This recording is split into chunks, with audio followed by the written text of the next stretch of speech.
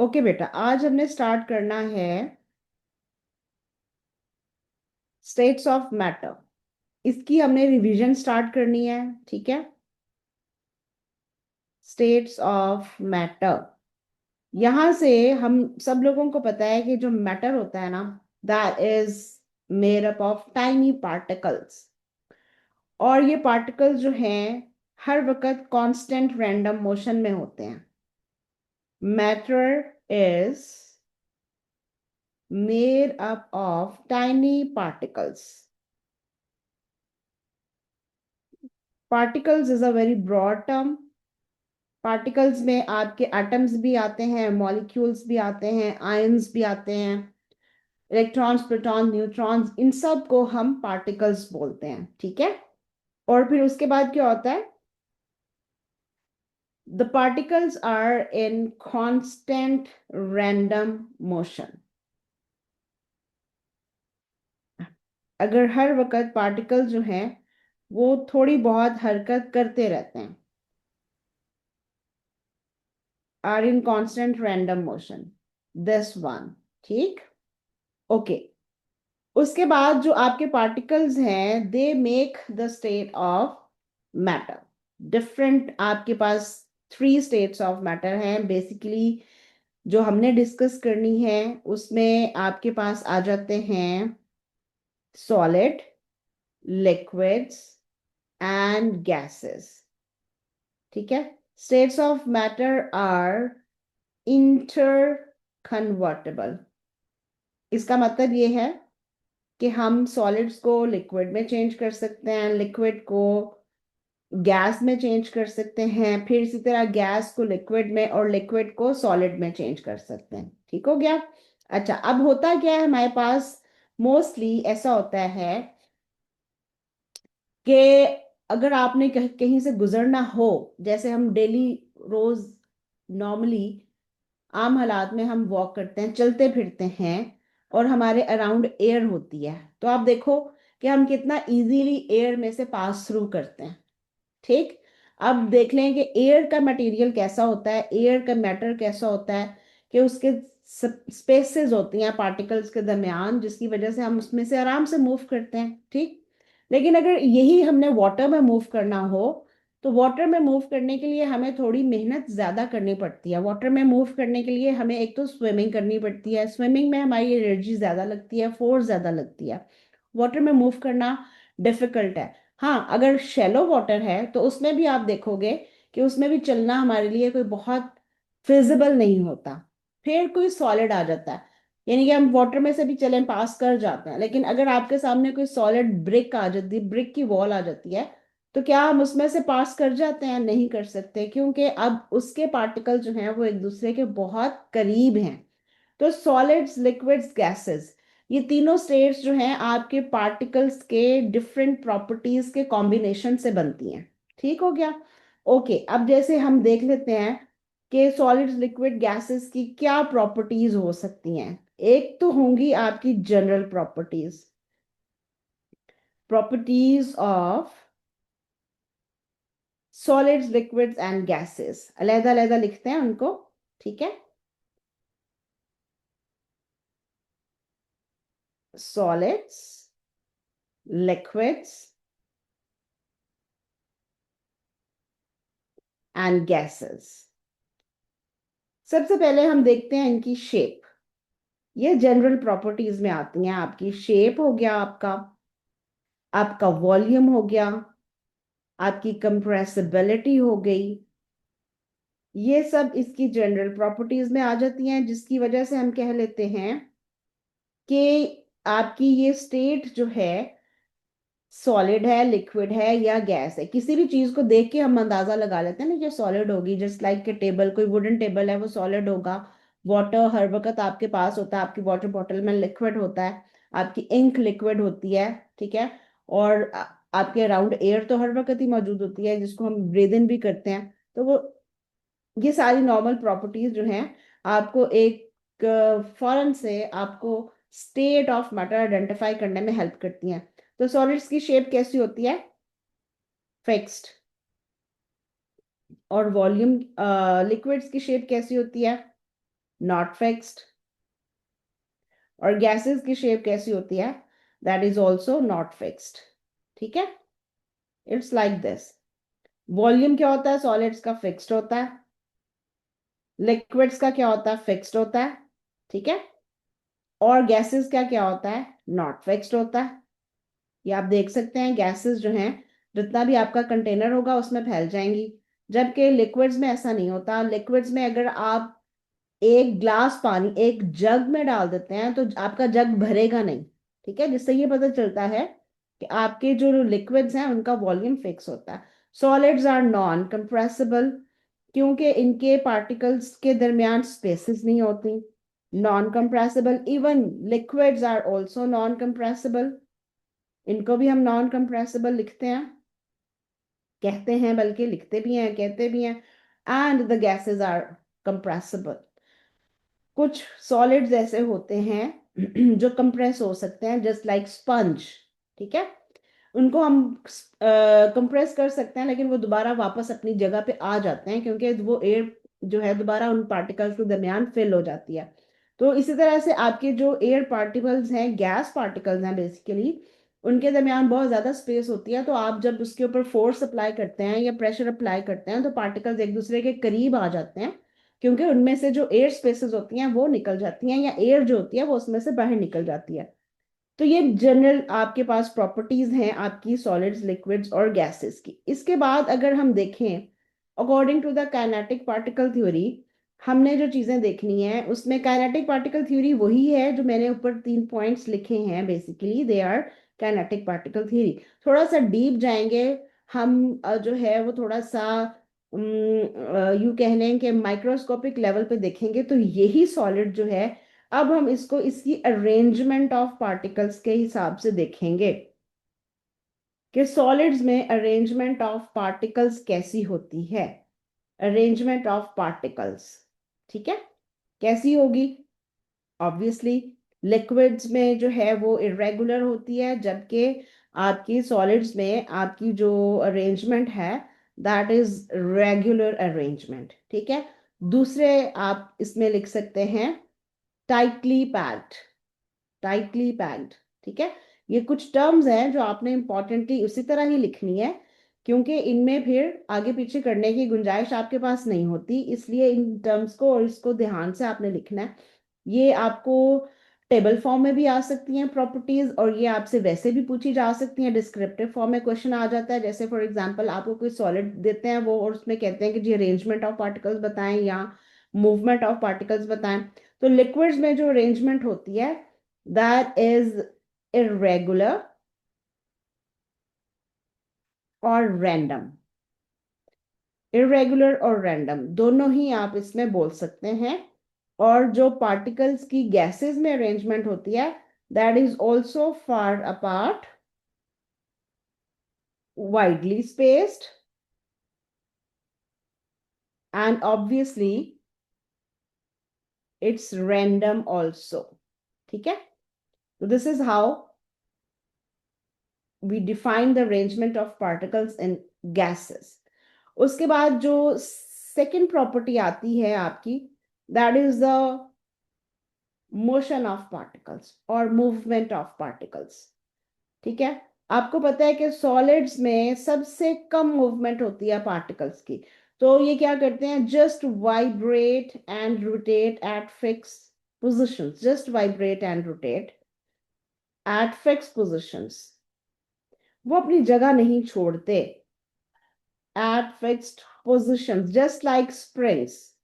वो स्प्रिंग्स की तरह एक ही जगह पे आगे पीछे हो जाते हैं, लेकिन अपनी जगह नहीं छोड़ते हैं। ओके, और सॉलिड्स की कैसी मूवमेंट होती है? These particles slide past each other. Slide past और स्लाइड ओवर ईच अदर। ठीक है, इसीलिए जो आपके लिक्विड्स हैं ये फ्लो करते हैं। जो पानी है ये फ्लो करता है, मिल्क फ्लो करता है, हनी फ्लो करता है। क्यों? क्योंकि पार्टिकल्स जो हैं वो एक दूसरे के ऊपर से मूव करते हैं और आगे से आगे मूव करते हैं। तो इस तरह से इनकी जो फ्लोइंग प्रॉपर्टी है या फ्लूइडिटी है लिक्विड्स की, वो इस मूवमेंट की वजह से आती है। ऑब्वियसली अरेंजमेंट जो है उनकी वो इरेगुलर होती है और उस अरेंजमेंट की वजह से ही ऐसी मूवमेंट पॉसिबल हो सकती है। ठीक है, उसके बाद नेक्स्ट आ जाता है आपका गैसेस की जो मूवमेंट है, that is random. This is a random movement. In other words, the particles of gases are free to move. They are free to move. ये हर जगह मूव कर सकते हैं आप, क्योंकि इनकी काइनेटिक एनर्जी बहुत हाई होती है, इनके दरमियान स्पेसेस बहुत ज़्यादा होती हैं और इनकी अरेंजमेंट तो होती नहीं है, वाइडली स्पेस्ड होते हैं, एक दूसरे से बहुत दूर दूर होते हैं। ठीक है, इसलिए ये बहुत इस तरह से मूव कर लेते हैं आराम से। उसके बाद आपके पास जो थर्ड प्रॉपर्टी आती है, that is separation of particles। separation of particles, इसमें क्या होता है कि आपने ये बताना है कि आपके पार्टिकल्स कितने क्लोज हैं एक दूसरे के। तो जब हम क्लोज टॉकिंग की बात करते हैं, क्लोज इसमें जब हम बात करते हैं ना, इसमें आपके पार्टिकल्स की कितने क्लोज हैं, तो फिर हम उसमें बात करेंगे टचिंग की। The particles are touching each other in solids, and the particles are also touching in liquids, but obviously not at that degree like in solids. फिर आपके पास जो gases हैं, their particles are not touching. इनके particles एक दूसरे के साथ टच नहीं करते, बहुत दूर दूर हैं। तो ये अब according to the syllabus, new syllabus जो है आपका, उसके अकॉर्डिंग ये तीन प्रॉपर्टीज जो हैं आपने स्टडी करनी है, सॉलिड्स, लिक्विड्स और गैसेस की। ठीक हो गया? अच्छा, उसके बाद ऑब्वियसली ये आपकी जो स्टेट्स ऑफ मैटर हैं इंटर कन्वर्टेबल हैं। आप सॉलिड्स को लिक्विड में चेंज कर सकते हैं, लिक्विड्स को गैसेस में चेंज कर सकते हैं, and they depend upon the increase और डिक्रीज इन टेम्परेचर। जब आप टेम्परेचर इंक्रीज कर रहे हैं या डिक्रीज कर रहे हैं, तो फिर आप इनको एक स्टेट से दूसरी स्टेट में कन्वर्ट कर सकते हैं। Okay, just look at this कि यहीं इसी टेबल पे अगर मैं आपको यहाँ पे रेड मार्कर से ये शो करती हूँ, रेड कलर से, effect of increase in temperature, effect of increase in temperature, तो क्या होगा? मैं आपसे ये रेड एरोज मार्क कर रही हूँ। Solids will change into liquids and liquids will change into gases. The process here, it will be melting, and here it will be boiling or evaporation. लेकिन boiling और evaporation का difference यही है कि जहां पे आपको बिलो द बॉइलिंग पॉइंट आपकी इवेपोरेशन हो रही है, पार्टिकल्स इवेपोरेट हो रहे हैं, गैस में कन्वर्ट कर रहे हैं, that is evaporation. Boiling occurs at a specific temperature. ठीक है, तो आपके ये सारे ही एट्रीब्यूट्स चेंज हो जाएंगे। आपसे मोस्टली पूछा जाता है कि अगर टेम्परेचर इंक्रीज कर रहा है तो सॉलिड्स में अरेंजमेंट कैसी हो जाएगी और लिक्विड्स में अरेंजमेंट कैसी हो जाएगी। तो ऑब्वियसली रेगुलर से इरेगुलर में कन्वर्ट हो जाएगी अगर मेल्टिंग हो रही है, और अगर बॉइलिंग हो रही है तो from irregular to far apart और रैंडम, वटेवर, आप दोनों में से कोई भी बात इसमें लिख सकते हैं। इसी तरह से फिर अगर मोशन की बात होगी, तो अगर आप टेम्परेचर इंक्रीज कर रहे हैं तो ये वाइब्रेशन से स्लाइडिंग पास्ट पे चली जाएगी, और अगर स्लाइडिंग पास्ट है तो वो उससे रैंडम हो जाएगी। तो this is how we show the difference in their arrangement and movement and the particle separation। तो ये एक बहुत ही जो है छोटी सी बात है जिसको आपने याद रखना है, एंड यही एग्जाम में आपसे ज्यादा पूछी जाती है। तो, एक या दो एट्रीब्यूट्स आपसे पूछते हैं जी, अरेंजमेंट बताएं या मूवमेंट बताएं। तो सबसे ज्यादा कॉमन मिस्टेक ये बच्चे करते हैं उसमें कि पहले ही बजाय इसके कि डायरेक्ट आप आंसर करें, स्टूडेंट पहले काइनेटिक एनर्जी के बारे में लिखता है, फोर्सेस ऑफ अट्रैक्शंस के बारे में लिखता है, अपनी स्पेस वो यूज कर लेता है, और फिर प्रॉपर आंसर जो है उसके लिए जगह नहीं बचती। इसलिए you have to practice your past papers a lot. उसमें जो रिटन प्रैक्टिस है, दैट्स वेरी वेरी इंपॉर्टेंट। उसको आप करेंगे तो आपको लिखने का मेथड आएगा। ओके, नेक्स्ट हम जो है वो ब्लैक मार्कर यूज करते हैं, और इसमें हम देखते हैं effect of decrease in temperature, effect of decrease in temperature. ठीक है, अब ये देखो, अगर टेम्परेचर डिक्रीज करेंगे तो जो आपकी गैस है वो लिक्विड में कन्वर्ट होगी, और जो लिक्विड है वो आपके सॉलिड्स में कन्वर्ट होंगे। और अब इस प्रोसेस को क्या कहेंगे? ये होगा from gas to liquid it will be condensation, and from liquid to solid it will be freezing. ठीक है ये।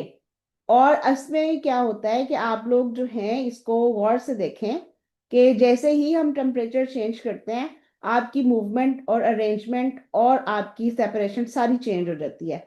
ये अब आपने जो गैस वाली थी अब आपने उसको लिक्विड में लिखना है, जो लिक्विड वाली थी अब आपने उसको सॉलिड में लिखना है। ठीक है, इस तरह से आपने इसको चेंज कर देना। तो ये जो ब्लू और ब्लैक एरोज हैं they are marking the temperature difference, क्योंकि स्टेट खुद ब खुद चेंज नहीं होती। रूम टेम्परेचर पे स्टेट सिर्फ और सिर्फ इस तरह से चेंज होती है कि आपके कोई ऐसे प्रोसेसेस हो रहे हैं, जैसे इवेपोरेशन है वो रूम टेम्परेचर पे आके चेंज हो जाता है। ठीक है, बिलो द बॉइलिंग पॉइंट। इसी तरह जो सब्लिमेशन का प्रोसेस है वो भी बिलो द आपका बॉइलिंग पॉइंट हो जाता है। लेकिन अगर आपने बॉयल भी करना हो तो कुछ सल्फर की एग्जांपल्स ऐसी हैं जिसमें हम बॉयल करके सबलाइम करते हैं सल्फर को। ठीक है, तो सब्लिमेशन में क्या आता है, मोस्टली ऐसी एग्जांपल्स आती हैं जिसमें आपके पास जो सॉलिड है वो डायरेक्ट गैस में कन्वर्ट हो रहा है। These are the special kind of processes sublimation. Sublimation में आपके पास जो है solid changes into gas, directly gas में चेंज हो रहा है बाय हीटिंग। ऑब्वियसली हीट आप कर रहे हैं, सब्लिमेशन में आप हीट करते हैं। ठीक है, या तो वो हीट डायरेक्ट आपकी सराउंडिंग से एब्जॉर्ब करते हैं पार्टिकल्स, या आप उनको डायरेक्टली हीट करते हैं किसी हीट सोर्स के थ्रू। आप उनको स्पिरिट लैम्प से करते हैं या आप उनको बंसन बर्नर से करते हैं, हीट अप करते हैं। तो वो आपकी जो है स्टेट चेंज हो जाती है। और इसमें आपके पास सॉलिड होता है ड्राई आइस। ड्राई आइस जो होती है this is solid carbon dioxide. ठीक है, और ये गैस में जब कन्वर्ट होती है तो कार्बन डाइऑक्साइड गैस में कन्वर्ट हो जाती है विदाउट एनी रेजिड्यू। तो इसलिए इसको ट्रांसपोर्ट में यूज करते हैं, transport of frozen food items. Transport of frozen food उसमें इसको हम यूज करते हैं। ठीक हो गया। अच्छा, ताकि क्वालिटी खराब ना हो ना, अगर ये इवेपोरेट होगी, ये बर्फ जो है ड्राई आइस आपकी अगर पिघल भी रही है तो क्या होता है कि वो जस्ट इवेपोरेट हो जाती है, वो वाटर में कन्वर्ट नहीं होती या लिक्विड में कन्वर्ट नहीं होती। तो उससे क्या होता है कि वो आपकी फ्रोजन फूड की क्वालिटी को खराब नहीं करते, क्वालिटी आपकी वैसे ही मेंटेन रहती है। तो ये एक इम्पॉर्टेंट इसमें बात है। उसके बाद ऑब्वियसली इवेपोरेशन होती है। इवेपोरेशन जो है वो भी below the boiling point room temperature पे होती है। ठीक है, और इसमें क्या होता है कि liquid changes into gas. Liquid जो है वो आपका गैस में चेंज हो रहा है, तो इसमें वाटर जो है वो स्टीम में या वाटर वेपर्स में चेंज हो रहा होता है। तो एग्जाम्पल वाटर की ही ले लेते हैं हम, वाटर से स्टीम या वाटर वेपर्स में चेंज होता है। और ये समर में ज्यादा होती है, विंटर में कम होती है। evaporation depends upon temperature. High temperature, obviously, fast is the rate of diffusion, directly proportional to rate of evaporation. इस तरह से आपने इसको याद रखना है। ठीक हो गया। ओके, उसके बाद आ जाता है यहाँ पे कुछ वोलाटाइल लिक्विड्स की हम बात कर लेते हैं। वोलाटाइल लिक्विड्स जो होते हैं ये ऐसे लिक्विड्स होते हैं जिनका मेल्टिंग पॉइंट जो है, सॉरी मेल्टिंग पॉइंट तो सॉलिड्स के लिए हम वर्ड यूज करेंगे। वोलेटाइल लिक्विड्स जो है इसमें आपका जो बॉइलिंग पॉइंट है राउंड अबाउट रूम टेम्परेचर के आसपास होता है।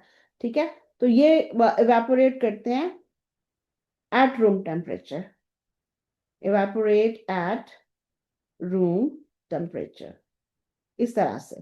तो इसके एग्जाम्पल्स में आ जाते हैं आपके पास, परफ्यूम्स आ जाते हैं, एल्कोहल्स आ जाती हैं, जो घरों में कॉमन यूज होते हैं उसमें थिनर्स या नेल पॉलिश रिमूवर्स आ जाते हैं। ठीक है, इस तरह की चीजें जो हैं वो इसमें आ जाती हैं। नेल पॉलिश रिमूवर ज्यादातर गर्ल्स यूज करती हैं इसको। ओके, उसके बाद जो है इसमें आपने देखना है कि हमारे पास कुछ प्रोसेसेस लाइक एंडोथर्मिक।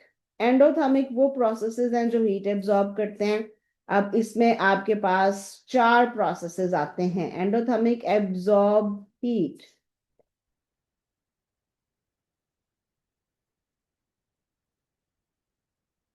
इसमें आएगा सबसे पहले मेल्टिंग,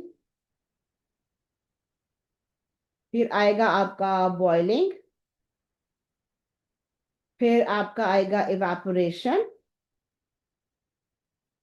और फिर आपका आएगा सब्लिमेशन। ये आपके जो हैं एंडोथर्मिक प्रोसेसेस हैं, हीट एब्जॉर्ब करते हैं तो होते हैं। उसके बाद एक्सोथर्मिक में आ जाता है जिसमें हीट रिलीज होती है। एक्सोथर्मिक हीट इज रिलीज्ड, इसमें आपके बहुत कम प्रोसेसेस आते हैं। जैसे फिजिकल प्रोसेसेस की हम बात करें, heat is released like freezing and condensation. ये दो प्रोसेसेस हैं जिसमें के हीट रिलीज होती है। आप टेम्परेचर ड्रॉप करते हैं और पार्टिकल्स अपनी हीट को कम करते हुए फ्रीजिंग में लिक्विड से सॉलिड में कन्वर्ट होते हैं, और कंडेंसेशन में गैस से लिक्विड में कन्वर्ट होते हैं। ठीक हो गया। तो इस तरह से जो नेक्स्ट हमारा टॉपिक है वो है cooling curves and heating curves. ठीक है, उसको फिर हम देखेंगे इंशाल्लाह कल की क्लास में। अभी आप मुझे बताइए कि जो क्वेश्चंस आपने अगर कुछ पूछने हैं तो वो आप मेरे से पूछ लीजिए। क्वेश्चंस क्या क्या करने हैं आपने।